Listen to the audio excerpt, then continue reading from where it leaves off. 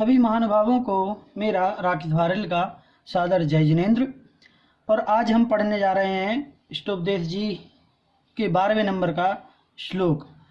आगे बढ़ें इससे पहले एक निवेदन आप सभी लोगों से, जो भी इस वीडियो को देख रहे हैं, पाठ पढ़ रहे हैं, कि राइट साइड में एक रेड बटन है सब्सक्राइब का, तो उस बटन को प्रेस करके सब्सक्राइब जरूर कर लें चैनल, जिससे कि ये पाठ, ये चैनल आपके पास सुरक्षित हो जाए। चलिए आज हम समझते हैं यह अर्थ श्लोक का। सबसे पहले शुद्धोच्चारण करेंगे, इसके बाद सामान्य अर्थ समझेंगे। चलिए, विपद भव पदावर्ते, ये इधर ना आधा दा है और ये पूरा भा है। ये देखने में ऐसा लगता है जैसे कि आधा भा आधा है और दा पूरा है, लेकिन ऐसा नहीं है। यहाँ पर दा आधा है और भा पूरा है, ऐसे।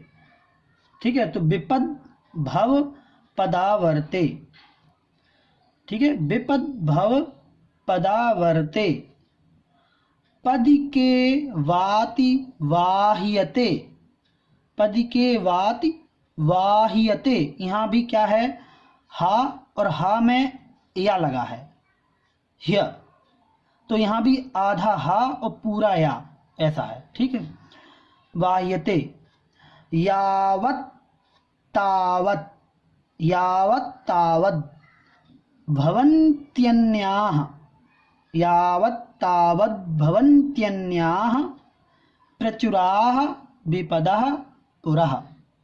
ठीक है, चलिए पूरा एक बार पढ़ते हैं। विपद भव पदावर्ते, पदि के वाति वाह्यते, यावत् तावत् भवन्त्यन्याः प्रचुराः विपदः पुरः। आप लोग भी हमारे साथ बोलेंगे इस बार। विपद भव पदावर्ते, पदि के वाति वाह्यते, यावत् तावत् भवन्त्यन्याः प्रचुराः विपदः पुरः। चलिए अब अर्थ देखते हैं, क्या कहते हैं। एक एक शब्द का पहले अर्थ देख लेते हैं कि विपद मतलब विपत्तियाँ। ठीक है, विपद मतलब विपत्तियाँ। फिर यहाँ भव मतलब संसार, और पदावर्त, वैसे तो ये पूरा ही शब्द का अर्थ दिया हुआ है हर जगह पर। पदावर्त मतलब है घटी यंत्र। घटी यंत्र मतलब होता है रहट, जो पहले आप लोगों ने, कई लोगों ने देखा भी होगा कि कुएं से पानी निकालने के लिए एक यंत्र होता है, और उसमें डिब्बे लगे होते हैं, और वो एक चैन होती है जो ऊपर से नीचे तक ऐसे गोल रहती है, और उसमें से पानी ऊपर आता है और खाली होकर के डिब्बा, जो डिब्बे होते हैं वो नीचे चले जाते हैं। उसी को कई जगह पर उसको बैलों से भी चलाया जाता है, या फिर कई प्रकार का होगा, उस समय पैरों से चलाने वाला होगा, इसलिए इसको पदावर्त कहते हैं, पैरों से चलाने वाला घटी यंत्र। तो हमने भी नहीं देखा उसको। तो ये जो पदावर्त मतलब घटी यंत्र है, उसको घटी यंत्र कहते हैं, या रहट है ना, रहट ये भी कहते हैं। तो संसार रूपी घटी यंत्र या फिर रहट में पदि के वाति वाह्यते, यहाँ पर संधि विच्छेद करेंगे। पदि का, ठीक, प्लस इव, यहाँ पर एव है ना, ये एव, तो यहाँ पर ये पदिका धन इव, यहाँ पर आ और यहाँ पर ई दोनों को जोड़ करके ए बना, यहाँ पर हो गई गुण संधि। ठीक, तो पदिका इव, अब यहाँ से निकलेगा आ, बड़ा आ, बड़ा आ नहीं, छोटा, ह्रस्व, अतिवाह्यते, ये सब हो जाएगा। ठीक, अतिवाह्यते, पदिका इव अतिवाह्यते, पदिका इव, ठीक है, पदिका इव अतिवाह्यते। पदिका मतलब रहट का डंडा कहलाता है, यहाँ पर जो बताया है। तो वो जो शायद उसमें, अब देखो अपन ने ना देखा है वो यंत्र, तो एग्जैक्ट पूरा बता भी नहीं सकते कि उस किस चीज़ के बारे में है, लेकिन हाँ भाव जरूर समझ में आता है कि जैसे कि रिम होता है साइकिल का या फिर बाइक का, उसमें चक्र तीलियां लगी होती हैं और क्रमशः वो ऊपर नीचे होती रहती हैं चक्र के। वैसे ही उस यंत्र में भी कुछ तो ऐसा होगा जिसमें डिब्बे लगे होते हैं, है ना, और एक डिब्बा खाली होता है, दूसरा आता है। तो यहाँ पर जो पदिका शब्द दिया है वो डंडे के लिए यूज हुआ है, जो उसमें डंडा होता है। तो एक डंडा निकलता है और दूसरा डंडा आ जाता है, ठीक है। तो पदिका इव मतलब रहट के डंडे के समान, अतिवायते, अतिवायते मतलब व्यतीत होना, ठीक, मतलब निकलना, निकल जाना। जब तक एक डंडा निकलता है, यावत, यावत मतलब जब तक, यावत मतलब जब तक। और यहां पर एक और शब्द है तावत, यावत और तावत, ठीक है। तो ये दा जो हुआ है ये एक्चुअली में ता है, यावत और तावत, ठीक। यावत मतलब जब तक और तावत मतलब तब तक। भवन्त्यन्याः, यहां भी संधि विच्छेद होगी, भवन्ति प्लस अन्याः, ठीक। यहां पर भी ई, इधर पे ई निकलेगा, या दोनों मिलकर के बना दिया क्या, या। तो यहां पर दिख रहा है या, ठीक। तो भवन्त्यन्याः यण संधि है। भवन्ति मतलब होते हैं, अन्याः मतलब अन्य, प्रचुराः मतलब बहुत सारी, विपदा मतलब विपत्तियां। ये बहुवचन में है, ध्यान रखना, एक वचन नहीं है। विपद जो यहां पर लिखा है ना, वो एक विपत्ति को कहेंगे विपत, और विपदा बहुत सारी विपत्तियां। पुरः मतलब आगे, सामने, हमारे सामने, ठीक। अब चलें अर्थ देखते हैं मिला करके। यावत से शुरू करेंगे। पहले लेंगे यहां पर कि भव पदावर्ते, संसार रूपी घटी यंत्र में, यावत मतलब जब तक,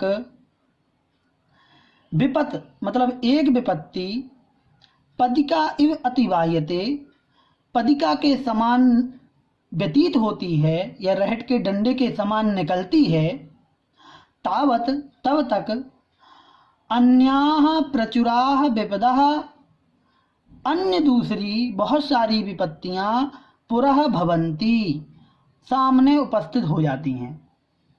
जब तक हम एक विपत्ति को दूर करते हैं उस संसार रूपी घटी यंत्र में, संसार को बना दिया घटी यंत्र और विपत्ति को बना दिया एक डंडा। तो जब तक एक डंडा निकलता है विपत्ति का, तब तक बहुत सारे डंडे सामने दिखाई देते हैं। इसको अपन, वो जो झूला सब लोगों ने देखा होगा, है ना, झूला देखा होगा सब लोगों ने, जो बड़े बड़े मेले लगते हैं उसमें जैसा होता है ना, वैसे ही समझ लीजिए कि डंडे लगे होते हैं, उनमें पालकी होती है, और वो पालकी क्या होती है कि एक पालकी जाती है, फिर दूसरी आ जाती है, फिर तीसरी आ जाती है। मतलब कोई ये सोचे कि मतलब कि एक चली गई तो अब दूसरी नहीं आएगी, तो ऐसा नहीं होता, वो आती रहती है। तो आप इससे भी समझ सकते हैं उस उदाहरण को, ठीक है। तो चलिए आगे व्याख्या में समझेंगे। तो आइए 13वें नंबर के श्लोक का अर्थ समझ लेते हैं। सबसे पहले शुद्ध उच्चारण कर लेंगे। चलिए, दुरर्जेना, यहां पर अच्छे से, दुरर्जेना सुरक्षेण नश्वरेण धनादिना, ठीक है, ये तो सरल है। स्वस्थम मन्यो जनः कोपि ज्वरवानिव सर्पिषा, ठीक। अब पूरा पढ़ेंगे। दुरर्जेना सुरक्षेण नश्वरेण धनादिना, स्वस्थं मन्यो जनः कोपि ज्वरवानिव सर्पिषा, ठीक है। एक बार और पढ़ लेते हैं। दुरर्जेना सुरक्षेण नश्वरेण धनादिना, स्वस्थम मन्यो जनः कोपि ज्वरवानि विसर्पिषा। क्या कहते हैं? अब यहाँ पर देखिए, दुरर्जेना सुरक्षेण, यहाँ पर सबसे पहले तो दुर उपसर्ग है, दुर उपसर्ग है, संधि नहीं तोड़ रहे हैं, रा आधा अलग कर दिया और आ बचेगा, तो अर्जेण, अर्जेन, यहाँ पर संधि हुई है, बड़ा आ है इधर पे, तो असुरक्षेण, असुरक्षेण, ठीक, ये हो गया। फिर नश्वर, ये तो ठीक है। अब क्या है? दुर उपसर्ग है। दुर उपसर्ग होता है बुरे अर्थ के रूप में, कष्ट साध्य अर्थ के रूप में, कष्ट के रूप में, ठीक है। तो जैसे कि दुर्जन, बुरा अर्थ आ गया, जन और दुर्जन। उसी प्रकार से अर्जेन, यहाँ पर तृतीया विभक्ति है, ठीक है, यहाँ भी तृतीया है, यहाँ भी तृतीया, यहाँ भी तृतीया।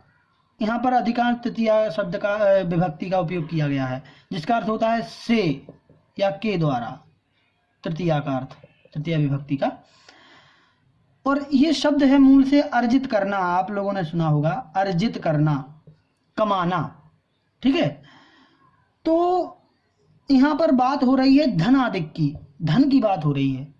धन कैसा होता है उसके बारे में यहाँ पर बताया जा रहा है कि धन कैसा होता है। वो कहते हैं कि दुरर्जेन, बड़ी ही कठिनाई से अर्जित किया जाने वाला, दुर उपसर्ग जुड़ गया, ठीक है, सब में जुड़ेगा ये, फिर नहीं, सब में नहीं, इसी में जुड़ेगा केवल। फिर असुरक्षेण, मतलब सुरक्षा ना किया जाने वाला, क्योंकि धन की सुरक्षा करना बहुत कठिन होता है। सबसे पहले तो कमाना कठिन होता है, कमाने के बाद फिर उसकी सुरक्षा करना कठिन होता है ना।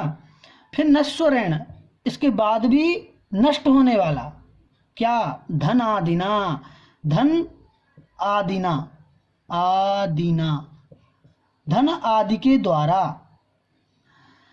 स्वस्थम मन्यो जनः कोपि, यहाँ पर भी विसर्ग है, एक्चुअली में विसर्ग संधि हुई है यहाँ पर, मन्यः ये है, लेकिन जा के कारण से यहाँ पर मन्यो हो गया, ठीक। तो स्वस्थम मन्यः जनः कोपि,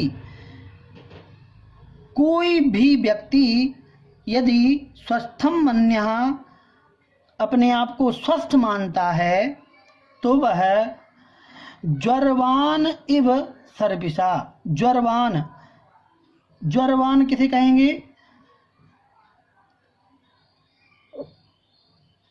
जिसको बुखार चढ़ा हुआ है वो कहलाएगा, बुखार से पीड़ित व्यक्ति को कहेंगे ज्वरवान।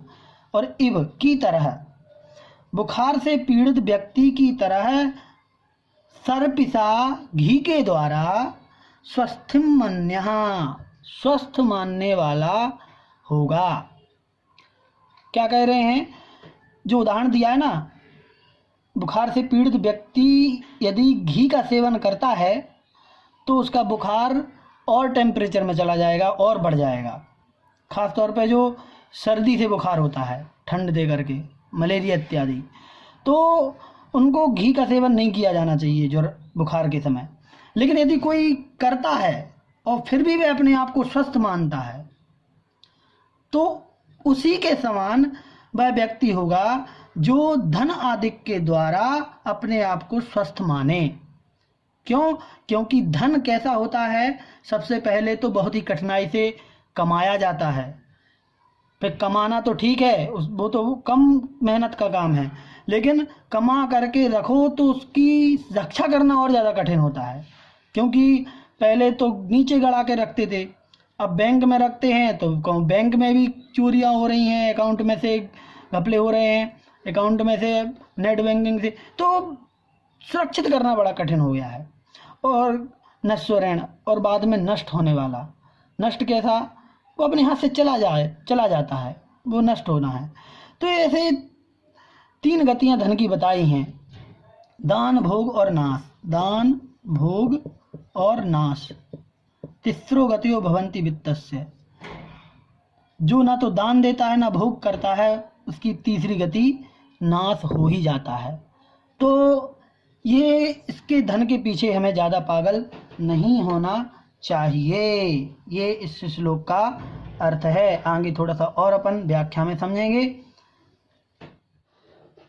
तो अभी हमने सामान्य से अर्थ समझा, अब थोड़ा सा विशेष समझते हैं।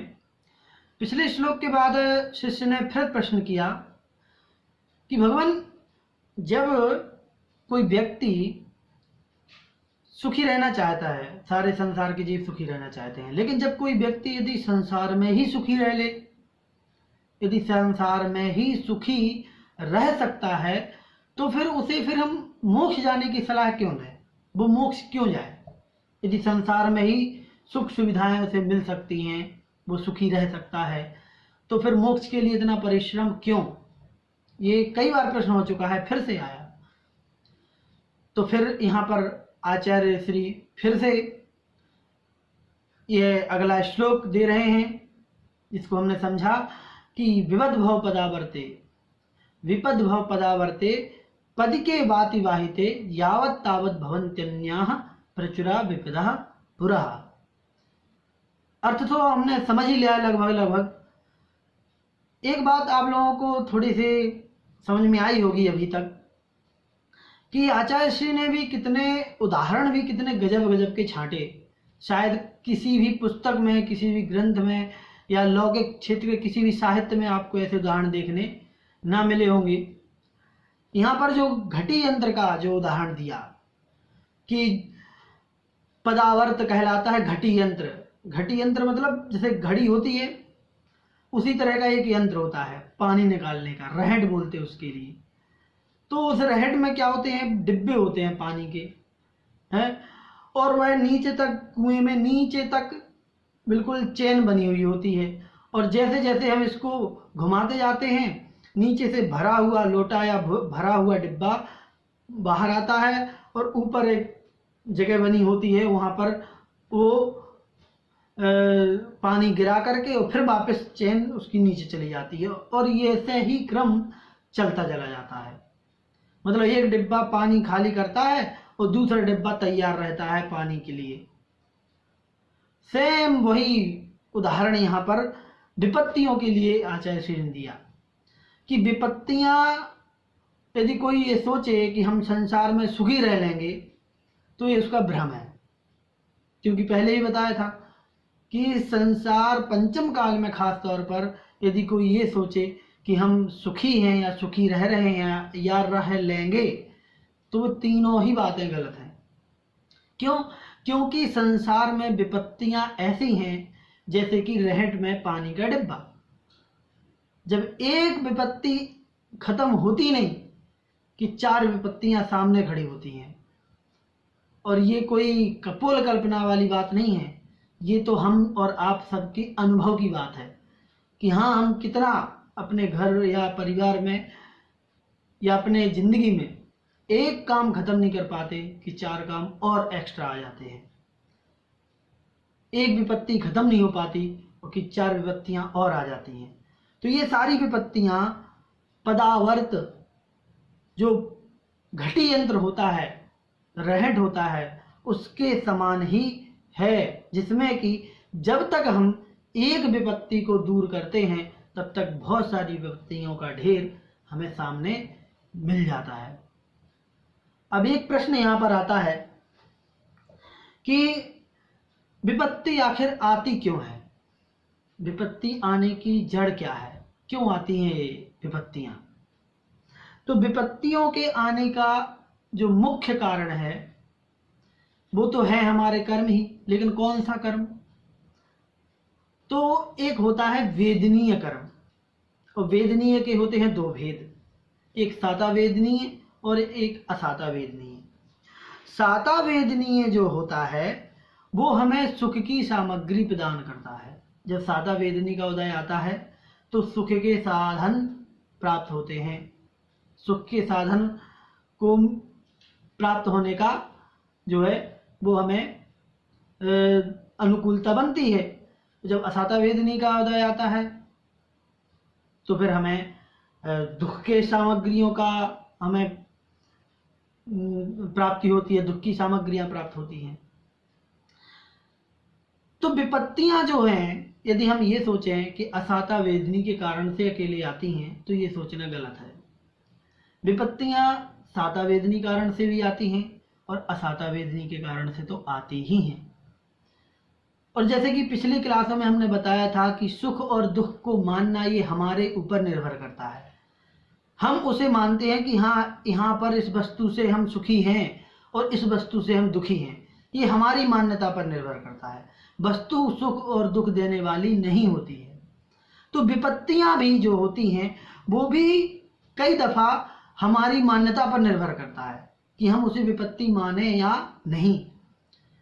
जब शुद्धोपयोगी मुनिराज जो चौथे काल में हुए, कई मुनिराजों की ऐसे हमने घटनाएं सुनी, कथाएं सुनी कि वो तपश्चरण कर रहे हैं और उनके माथे पर सिगड़ी जला दी, स्यालिनी खा ली, शेरनी खा गई। तो अब ये तो विपत्तियां हैं, लेकिन वो मुनिराज उन विपत्तियों को विपत्ति मानते ही नहीं हैं। उन्होंने उनको विपत्ति माना ही नहीं और अपने आत्मरस में डूबे हुए वो संसार से पार हो गए। तो यही है असलियत कि विपत्ति को मानना या ना मानना ये हमारे ऊपर निर्भर करता है। लेकिन विपत्तियां आती जरूर है और वो कर्म के कारण से आएंगी। असाता वेदनी कर्म के कारण से भी आएंगी, साता से भी आएंगी। तो अब साता के बारे में प्रश्न हो रहा होगा आपके मन में कि असाता से आता है कष्ट, ये तो ठीक है, लेकिन साता वेदनी से कैसे आएगा? तो बताऊं कि साता वेदनी हमें सुख की सामग्रियां तो देता है, हमें साधन जुड़ जाएंगे, लेकिन सुख नहीं मिलेगा। सुख तभी मिलेगा जब हमारे लाभांतराय कर्म का क्षयोपशम होगा, जब हमें मोहिनी कर्म का क्षयोपशम होगा, जब अन्य कर्मों का क्षयोपशम हमें बनेगा कि हम उस सामग्रियों का लाभ उठा सकें, तब हमें सुख का अनुभव होगा। तो कई दफा ऐसा होता है कि साता वेदनी आदि के कारण से और हमें धन संपत्ति आदि बहुत मिल जाती है और लोग ऐसा सोचते हैं कि ये बड़ा ही सुखी इंसान है। जब एक गरीब व्यक्ति अमीर के पास जाता है तो गरीब ये सोचता है कि ये कितने बड़े आदमी हैं, कितने सुखी हैं, इतना सारा साम्राज्य धन दौलत है इनकी, इतनी बड़ी कंपनी चलती है इनकी। और जब वह धनवान व्यक्ति एक गरीब व्यक्ति को देखता है, सामान्य वर्ग के व्यक्ति को देखता है, तो वो कहता है कि ये कितना सुखी व्यक्ति है। दोनों ही एक दूसरे को देख रहे हैं। इसका मतलब कि ना तो गरीब सुखी है और ना ही अमीर सुखी है। एक पंक्ति आपने सुनी होगी कि दाम बिना निर्धन दुखी, तृष्णा अवस धनवान। जो निर्धन होता है वह दाम के बिना दुखी होता है, उसके पास पैसा नहीं है इसलिए वह दुखी है। और जो धनी व्यक्ति होता है वह तृष्णा के कारण से दुखी रहता है। एक किसी व्यक्ति ने कंपनी स्टार्ट की तो उसका टारगेट होता है कि इस साल हमें इतना बढ़ाना है, इस साल हमें इतना बढ़ाना है, इस साल हमें इतना बढ़ाना है, और वह उसको बढ़ाते बढ़ाने में ही उसकी सारी जिंदगी निकल जाती है। वह कभी सुख का अनुभव नहीं कर पाता उस कंपनी का, हजारों करोड़ों का भी, लेकिन 2000 करोड़ हो जाएं इसका वह टेंशन जरूर बनाता है। तो आप सोचिए जरा कि जो साता वेदनी है उससे उसे अपार धन दौलत तो मिल गई, लेकिन विपत्तियां भी सबसे ज्यादा ऐसे ही करोड़पतियों को आती हैं। कभी कंपनी डूब गई, दिवालिया हो गया, कर्जा चला गया, कभी कंपनी सील हो गई, ऐसे दिन और रात का पता नहीं चलता उनका।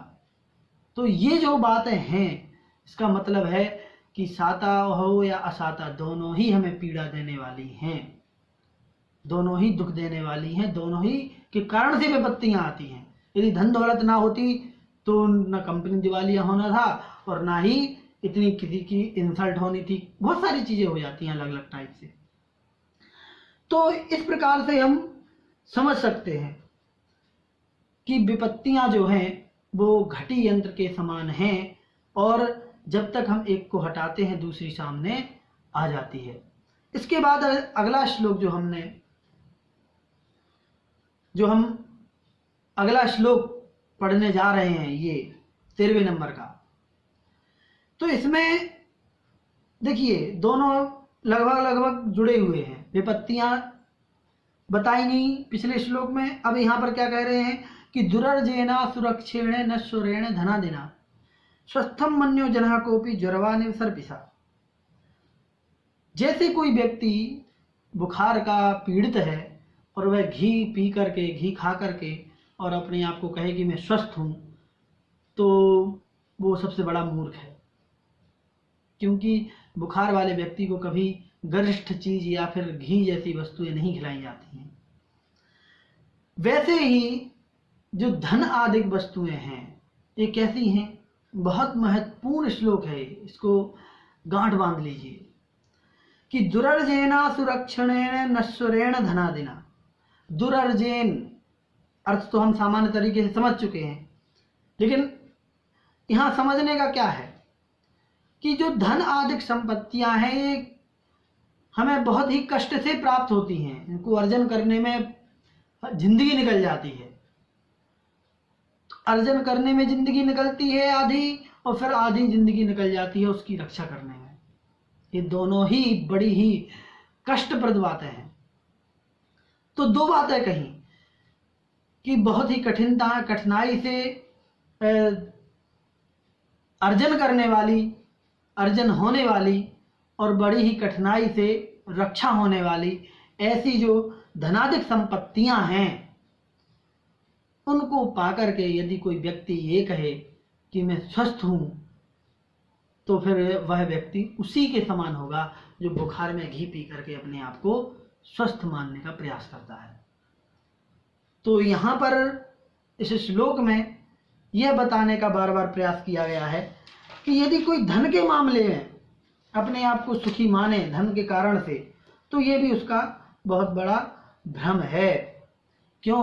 क्योंकि धन भी एक ऐसी चीज है जो सुख की सामग्रियां जुटा देता है, लेकिन वो क्योंकि धन मिला हमें उसके कारण से, साता वेदनी के कारण से सामग्रियां मिल रही हैं, धन भी हमें लाभांतराय कर्म के 6 उपशम से मिल रहा है, लेकिन हमें सुख नहीं मिल रहा है। सुख नहीं मिल रहा है क्योंकि उस चीजों के प्रति हमारा इतना ममत्व और राग है कि वह हमें सुख दे ही नहीं, सुख का अनुभव नहीं करा पा रहा है। और होगा भी क्यों? क्योंकि इन वस्तुओं में तो सुख होता ही नहीं है। सुख तो होता है आत्मा में, आत्मा का स्वभाव सुखी होना है, और उस स्वभाव से हम भिन्न जा रहे हैं। तो हम भले किसी भी चीज में सुख मना लें 2-4 दिन के लिए, लेकिन वापस उस वहां से हम हट जाएंगे। जब कोई नई वस्तु आती है, कोई नई गाड़ी आती है, कोई नया साधन आता है, कोई नया मोबाइल आता है, तो हम उसको ऐसा लगता है बहुत अच्छा हमारा दिन बन गया आज का, बहुत कई दिनों तक हम उसको सुखी होने का अनुभव करते हैं। लेकिन जैसे ही पुराना हो जाता है तो दुखी हो जाते हैं। लेकिन जो आत्मिक सुख होता है उसमें कभी नया पुराना नहीं होता, उसमें तो निरंतर नया ही नया होता रहता है। तो ये जो धनाधिक संपत्तियां हैं, इनसे हमें समझना चाहिए, और इसके लिए तो हमारे पंडित जी आदरणीय बेनाड़ा जी कहा करते हैं कि जो धनाधिक संपत्तियां कमा रहा है व्यक्ति, उसमें से परसेंटेज के हिसाब से उसे दान देते रहना चाहिए, क्योंकि दान देने से ही धन की सार्थकता बनती है। यदि दान देना हमने शुरू नहीं किया या नहीं देते हैं, तो फिर ये पूरा जो समय है हमारा इन्हीं सब चीज़ों में निकलता चला जाएगा। हमने जिस पुण्य के कारण से धन कमाया, उस पुण्य को वापस हम नहीं जमा पाएंगे। तो हमें पुण्य बंध को पाप की जगह रिप्लेस करना होगा, और फिर आगे चल करके पुण्य को भी हटा करके, और फिर हमें दोनों से, पुण्य और पाप दोनों से रह करके अपने आप को अनंत सुख में लीन करने के लिए आगे बढ़ना होगा। तो आज हमने ये दोनों श्लोक एक साथ समझे। आगे अगली क्लास में फिर अगले श्लोक के साथ अपन आगे बढ़ेंगे। जय जय।